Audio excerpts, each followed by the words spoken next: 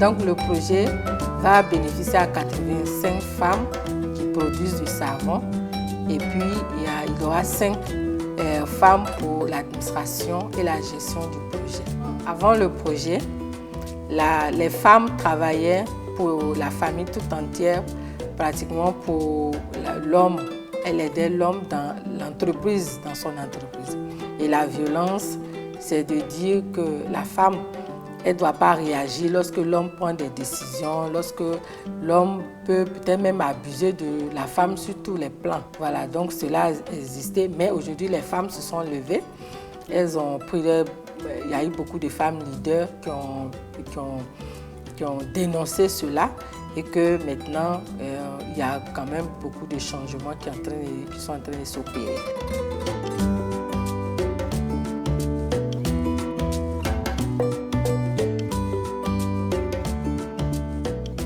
Maintenant, avec le projet, elles travaillent pour elles-mêmes. Elles travaillent pour elles-mêmes, elles produisent pour elles-mêmes, elles vendent pour elles-mêmes et le revenu qu'elles vont tirer du projet, ça sera pour elles-mêmes et pour leurs enfants.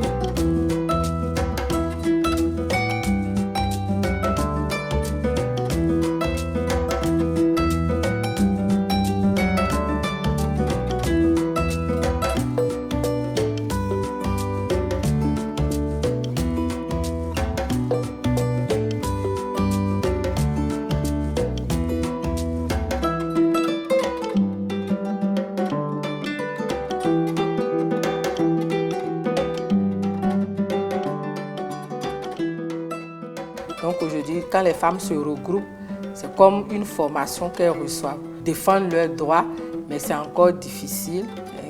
Il y a beaucoup de choses à faire à ce niveau-là encore. Toutes les femmes, y compris moi, c'est d'emmener la ville dans le milieu rural.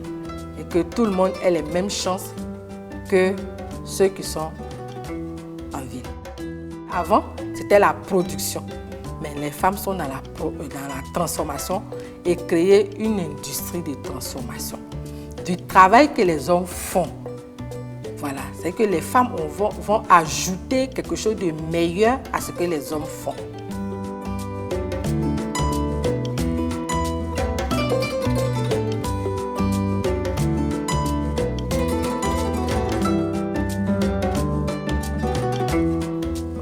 Mon rêve pour ce projet, c'est de vraiment faire en sorte qu'une industrie vraiment moderne soit implantée en milieu rural par les femmes, naturellement. Ça, c'est mon rêve.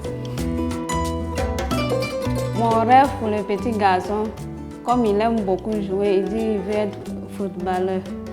Donc, maintenant, il dit qu'il veut être instituteur, il veut enseigner. Donc, mon rêve pour lui est qu'il puisse réaliser ce qu'il veut. Je cherche les avenirs pour mes enfants. Je veux que mes enfants n'aient qu'à reçu. Même le jour que je ne suis pas là, mes enfants sont là.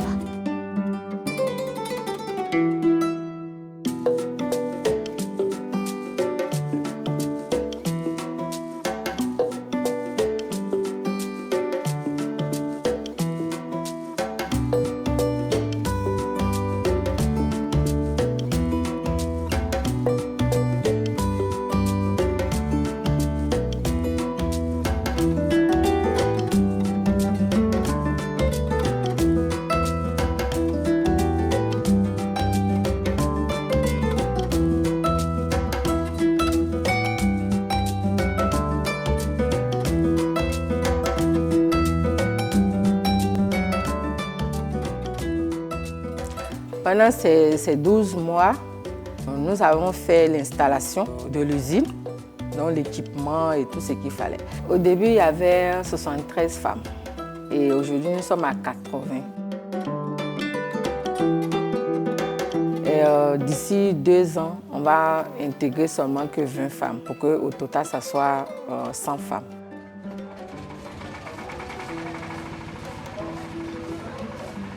La communauté a eu plusieurs réactions. La première réaction, c'était la surprise du fait que des femmes puissent avoir une telle entreprise.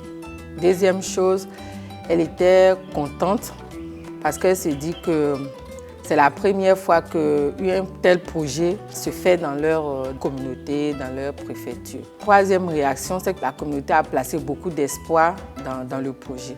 Mais les maris, au début, étaient vraiment réticents. Mais à la fin, ils se sont rendus compte que c'était à leur avantage que leurs femmes soient autonomes. Donc, c'est comme ça qu'eux-mêmes sont venus aider leurs femmes.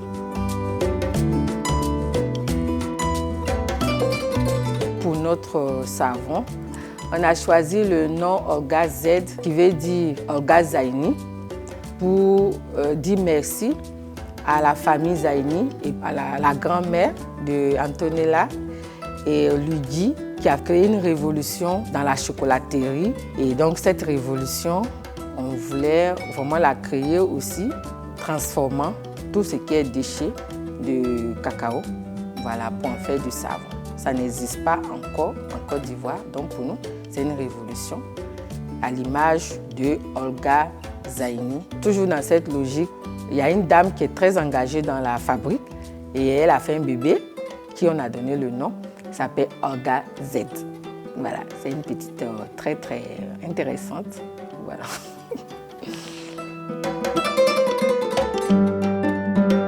Nous sommes passés à la production du savon et à la vente.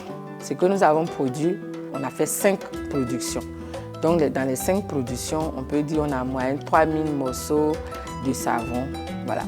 Et donc à ce niveau, on donnait 10% à la communauté pour que gratuitement, donc voilà ce que nous avons fait pendant ces 12 ans.